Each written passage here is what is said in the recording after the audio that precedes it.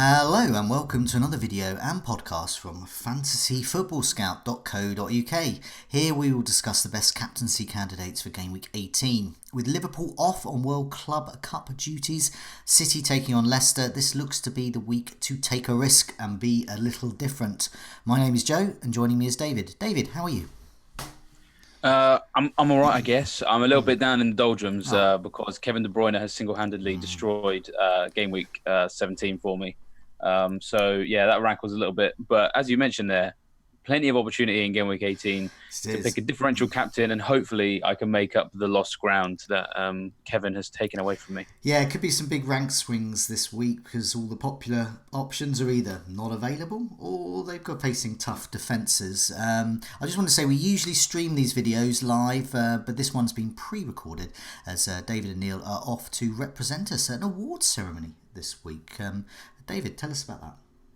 Yeah, so we got nominated for Online Media of the Year by the Football Supporters Association, which is quite exciting. We mentioned that a few weeks and months back because you basically could vote for who was to win that category. I believe this video may be going out after we find out who's won that category. So maybe we won. I don't know. I'm not sure. If we have won, then thank you for voting for us. And even if we haven't, again, thank you for voting for us and also reading all of our articles and watching all our videos, because if it wasn't for you guys, we wouldn't be in the position to have been nominated in the first place. So yes, thank you to everybody for your support. Yeah, great to be nominated. Some great company there. Right, let's move on. So usually at this stage we talk about Jamie Vardy or a Liverpool midfielder at the top here, but not so this week. So who we captain this time around may come down to obviously personal choice, but the variety of stats that you want to look at or don't want to look at, the opposition, and also your attitude to risk, reward, and consistency as well. So you could be going for an explosive player, or you could be going for someone who just keeps racking up the points. Marcus Rashford is one of those types of players. He can be explosive, but he's been very consistent right up until the weekend. But against Watford, he should be a popular choice. What do you think, Rashford, for the captaincy? Yeah, you're certainly right. I think he's going to be a popular choice because of the form that he's shown, and because Watford are one of those teams that are very much all in our kind of mindset as a team. You are happy captaining players against anyone who captained Salah this week. Obviously, made some big gains after he scored 2 goals against Watford. The form on Rashford is a little bit sort of interesting for me. So, for example, a lot of people have been saying last few weeks that he's done well against, say, Spurs and Man City because Man City are a counter-attacking team, so they're going to do well against the teams that push on themselves. Watford at Anfield, I was quite impressed with what I saw defensively from them. I mean, naturally, sticking everyone behind the ball is what most teams are going to do at Anfield. And of course, Liverpool did score basically both of their goals on the counter. Mane obviously had a goal, in my opinion, unfairly chalked off for what I believe is not a clear and obvious offside. But hey, we could do a whole video on that. Yeah. They still conceded some chances, but for most of the game, considering that was Nigel Pearson's first game, I was quite impressed with how they put everyone behind the ball. So then my concern is that Rashford, as he sort of found against Everton, that when you're playing a team that's not attacking you as much, does that negate the threat? So if we look at some of the stats from Rashford over the last 4 game weeks, going into game week 17, he was doing considerably better for shots in the box, but over the last 4 coming into this one, he's had just 9, and there's about 10-15 players in the league who've had more than that. Big chances, he's had 4, which actually is quite good. That's joint second. So when he is having chances, they are of a high quality. And shots on target, he's usually quite accurate. So he's had 8 shots on target last 4. That is the second best in the league as well. So when he does have the opportunity to shoot, it's usually a high quality chance and it's usually on target. So that is there as a positive for him.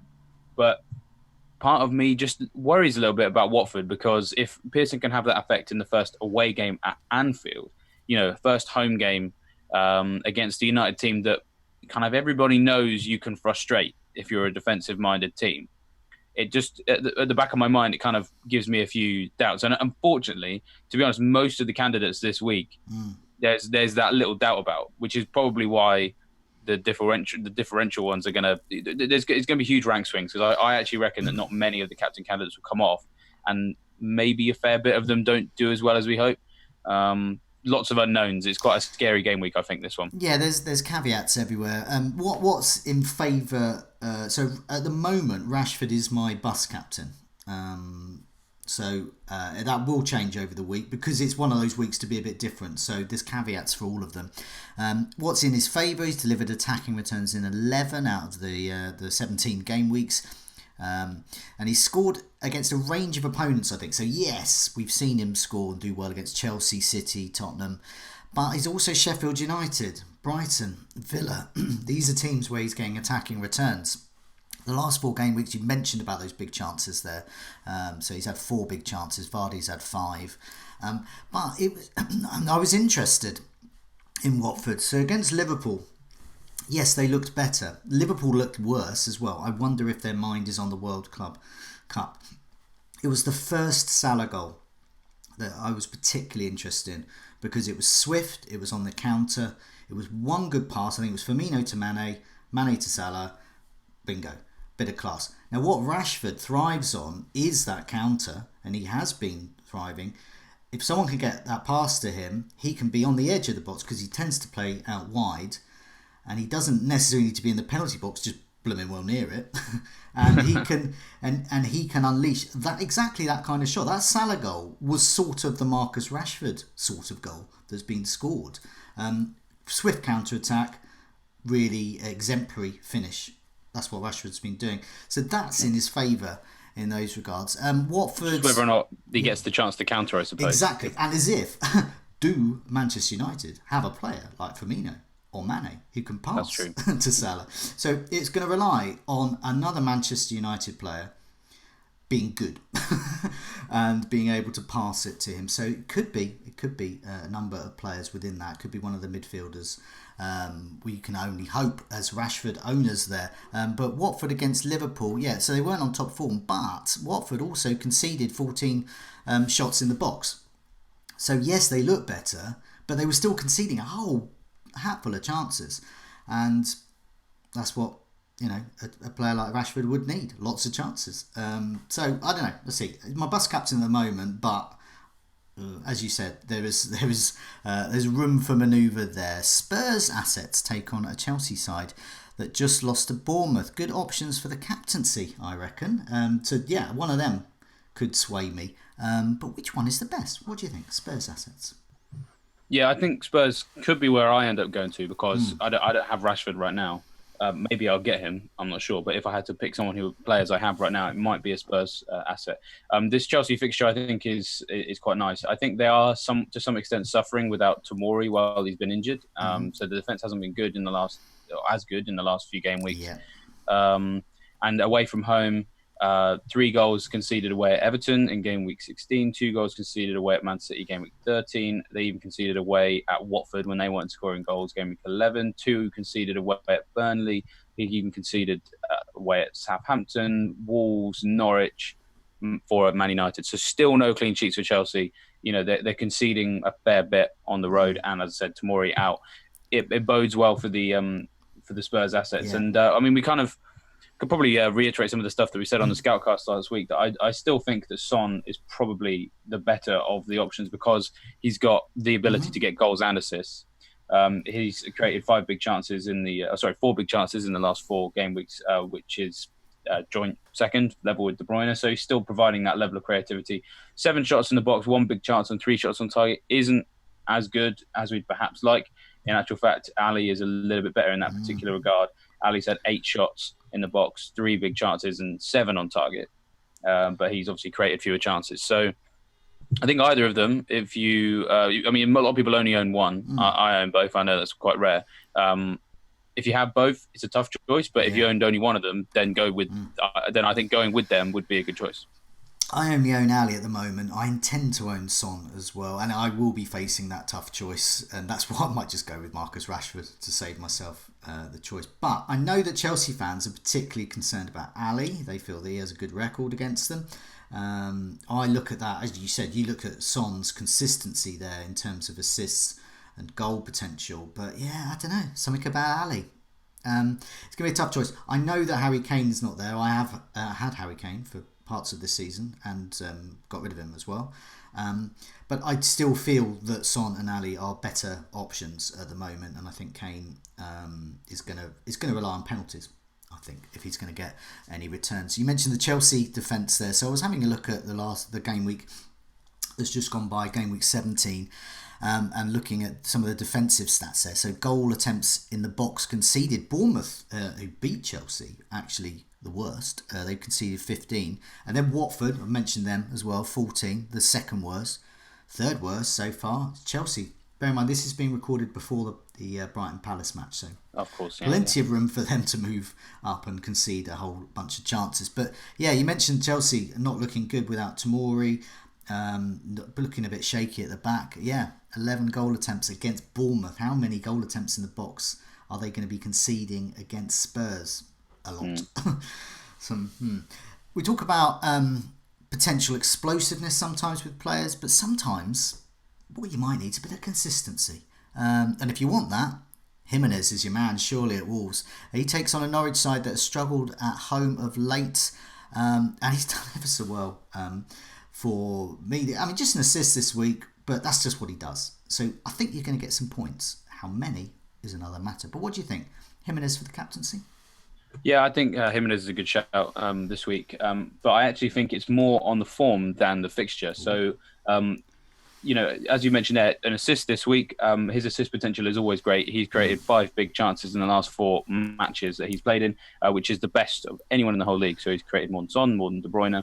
And so then, but I mean, we all know he's got creative potential. And of course, he often shoots a lot, has his shot saved, someone else scores as well. So his assist potential is higher because he's both creative and shoots a lot.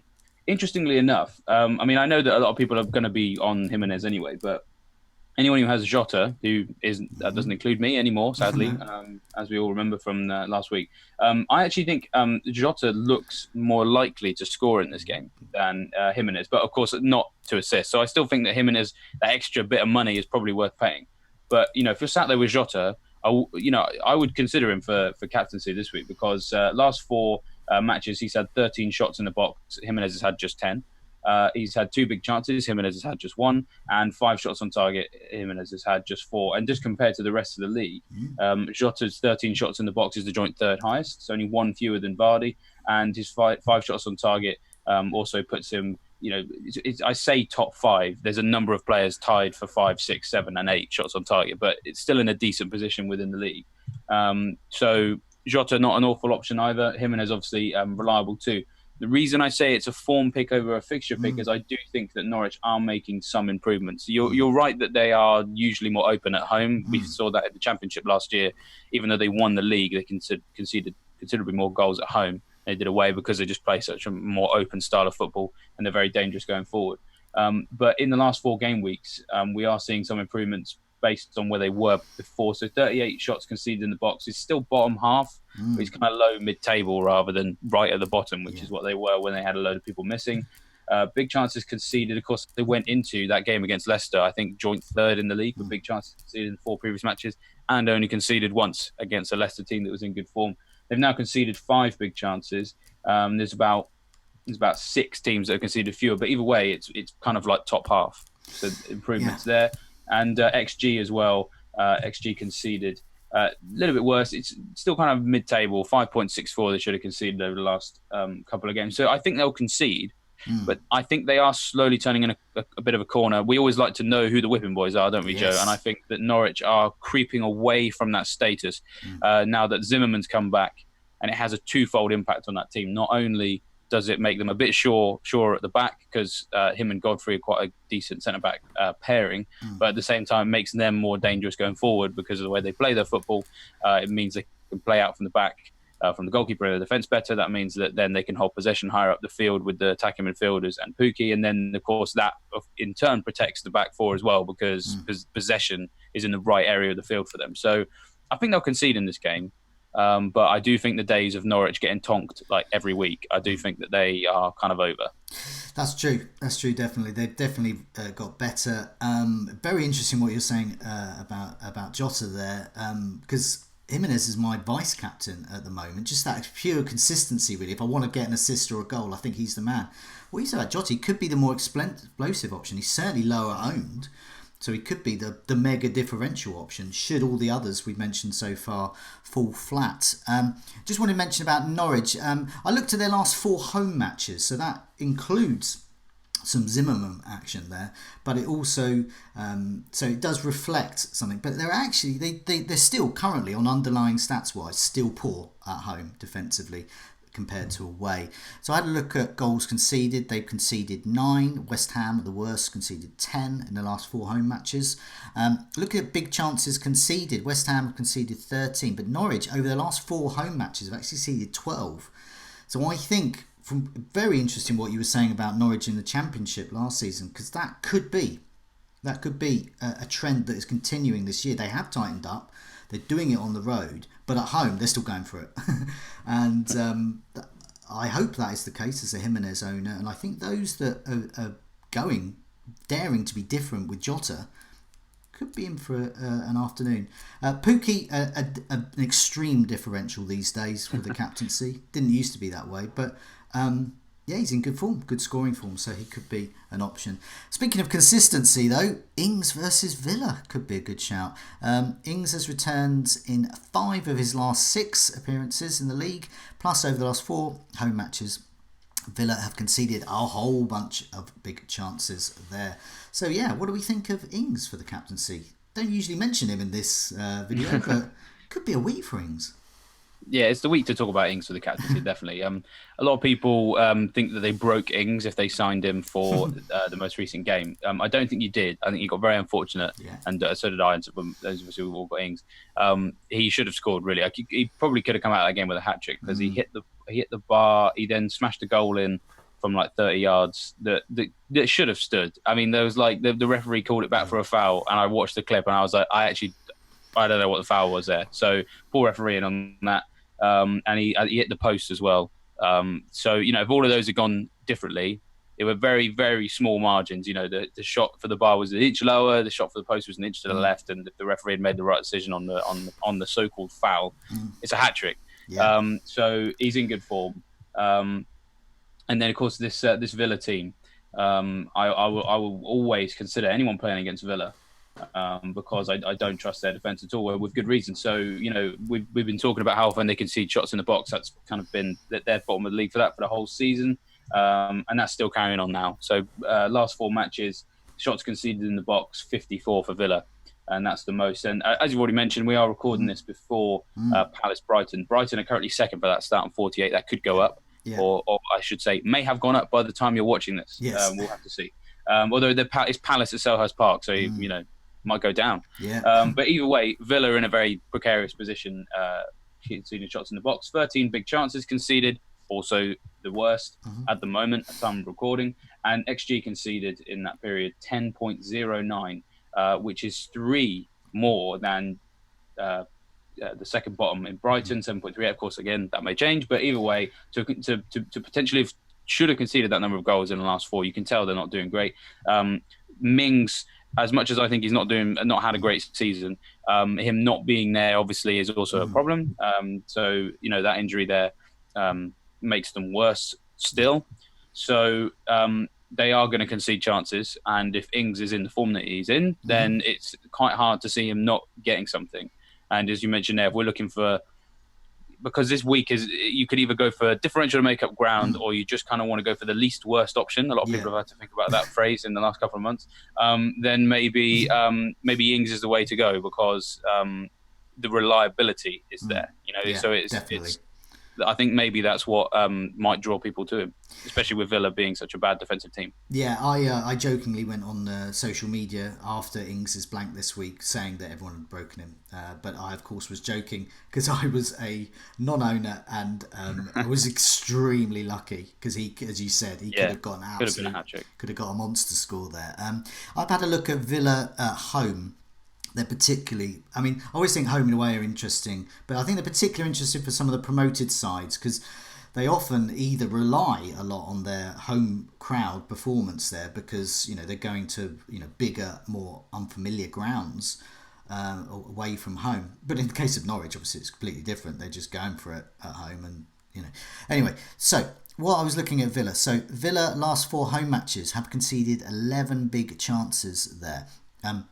So bear in mind, I just mentioned about Norwich. Norwich have conceded 12 big chances at home, and West Ham have conceded 13. So Aston Villa are they're one of the worst sides in terms of big chances over the last 4 home matches. They've only conceded 7 goals. Well, I say only 7 goals. Bearing in mind, West Ham conceded 10 in the last 4 home matches. Villa have conceded 7, but their expected goals conceded, they should have conceded around 9. They've got lucky. They should have conceded more. That says to me, I think if you're an Ings owner, I'm not an Ings owner, and I'm a dullard manager, but I actually think Ings is the dullard option. I don't think he's in any way maverick this week. I think you're going to get some points, and I think you could get a lot of points, but I think you're definitely going to get some points. So I think Ings is a good bet this week. I'm nervous again. So moving on, we usually mention, as I said at the start, Jamie Vardy at the moment. Absolutely reliable captaincy candidate. Sensible approach, I think, if you're looking at Vardy and KDB in particular. So Leicester playing Man City. What do we think of this match? Both defences seem to be quite good at the moment. Is this a week to captain Vardy or KDB? Well, interestingly enough, we talk about differential captains this week. That these are, I think, going to be differential options because people will stay away, won't they? Yeah. We've always discussed games like this being, if something has to give for someone to score, then it tends to put you off. So I understand that, but at the same time, if you're looking for something bold and potentially explosive, then maybe this is the way to go. So when I say something will have to give, as you mentioned, the defences both look quite good. So last 4 matches, Man City XGC 2.57, best in the league, and Leicester 3.62, and that puts them 5th. So they're both, top 6 type defences right now, as you'd expect, as they are in the top 6. But at the same time, Vardy still in particularly good statistical form. Didn't have the best game against Norwich. But he's still, in the last 4 matches, he's second for shots in the box behind only Salah. He's top for big chances, level with McGoldrick, that dangerous striker, and Chris Wood. And then for shots on target, he has dipped now. So he was top for a while. He's gone down to 7 over the last 4 behind Rashford, Salah. And then we should also mention De Bruyne, who's now for shots on target, although with no big chances, it's worth pointing out. Although he is very good from range. But what that all boils down to is that Vardy and De Bruyne over the last 4 matches are both top of the league for expected goal involvement. So you've got 2 very good defences and you've got 2 very fantastic form players who have been showing that they can get goals and assists. So then comes down to, I think, what you believe. What's your system for picking captains is if you go form over fixture, then by all means go for one of these guys because they're in great form. But at the same time, if you go for fixture over form, the defensive numbers suggest that their attacking potential is going to dip. The only perhaps caveat is maybe when you look at this fixture and sort of think about how you expect it to play out. Man City, you'd expect to dominate possession. You'd expect them to have a lot of possession in Leicester's half. And you probably expect Leicester to let them do that because I think Rodgers quite fancies his team defensively this year. Yes. And at the same time knows the power of the counter that he has with Jamie Vardy. There's lots of times when the stats don't quite show you what Vardy can do because there'll be a lot of times when he's the last man and he makes the run and someone doesn't find him or someone plays the ball and he's offside or something. And then therefore that doesn't show up in the stats, it only shows up in the eye test. And there may be some situations where they're able to counter on Man City.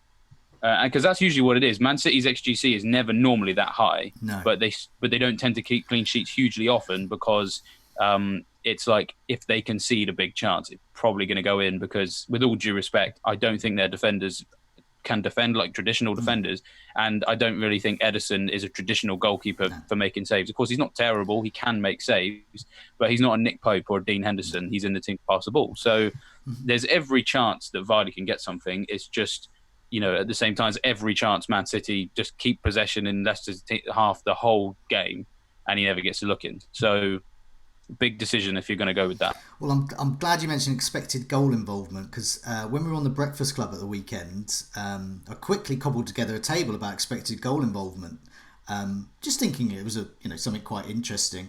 Just had a few names on it: Jimenez, De Bruyne, Sterling, players that have been jettisoned by a whole bunch of people, and we were saying that actually their underlying stats are showing they should be involved in a heap more goals. And what happened? They were involved in a heap more goals. So these are definitely stats to look at.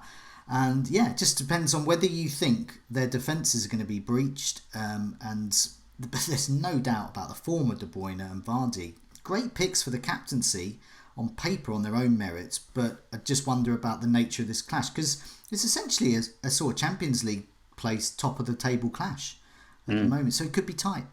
And they both got to win it, really, because of where Liverpool are. So if they draw this game, if they play this game to draw, doesn't really suit either team, I suppose, because they're both so far away from Liverpool. Yeah.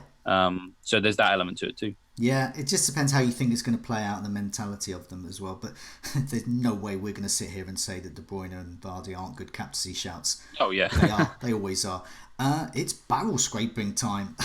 Now, in a week where barrels are probably being scraped anyway for the captaincy because of the dearth of options and fixtures. But yeah, what do we think about some of the other fixtures taking place? I'll tell you one differential I'm quite intrigued by. An Everton asset, Richarlison, or even Calvert-Lewin. How about that? Against that Arsenal defence. That's how bad Arsenal are at the moment. Grealish against the Southampton defence. The Spurs defence isn't that great either. What about backing Tammy Abraham again? These are all, it's barrel scraping time. But any of those appeal? Any other barrel scrapies? Yeah, I like the Everton shout because they seem to be doing a little bit better under Duncan Ferguson. And of course, most teams are going to score against Arsenal. They don't look in good shape at all. I don't really know what their situation is going to be managerially, and whatever they were hoping Freddie Ljungberg would be able to bring to the table hasn't really happened. I think that's a good shout. Other ones you mentioned decent as well. The only other one I want to mention him is John Lundstrom because. Sheffield United's defence away from home is usually a little bit better. And we've said last couple of weeks that from the eye test especially, he's been really unfortunate not to get more returns. Could have had a monster haul against Norwich if it wasn't for a few refereeing decisions and sort of little things here and there. You can check out some of the articles we've done on him of late if you want some more detail on that. He always looks like he can get something. Obviously, 11 points against Aston Villa. I actually thought they would concede in that game, and they nearly did. Jack Grealish helped us out by hitting the bar and making sure anyone who benched Dean Henderson didn't lose any penalty save points. So thank you, Jack.